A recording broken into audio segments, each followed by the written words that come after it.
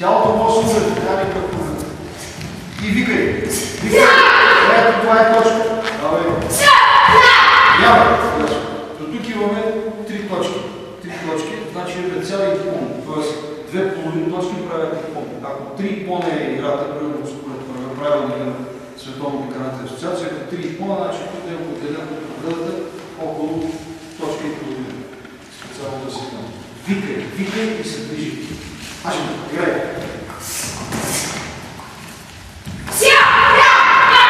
Играй.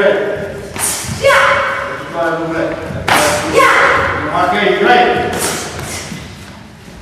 Дръж ръцете както трябва. Използвай си двете ръце, Павел. Двете ръце. Лява, дясна. Ясно. Въпреки, че момчета са нови и викам, момчета играят много добре. Просто много добре играят. Ма ти преди игра една година. Сега ти си от един месец, нали? 2 месеца. Добре. Айде още една минута. Аче, играй. Сега е по-ниско, застъпи позиция. Да. Кажи се.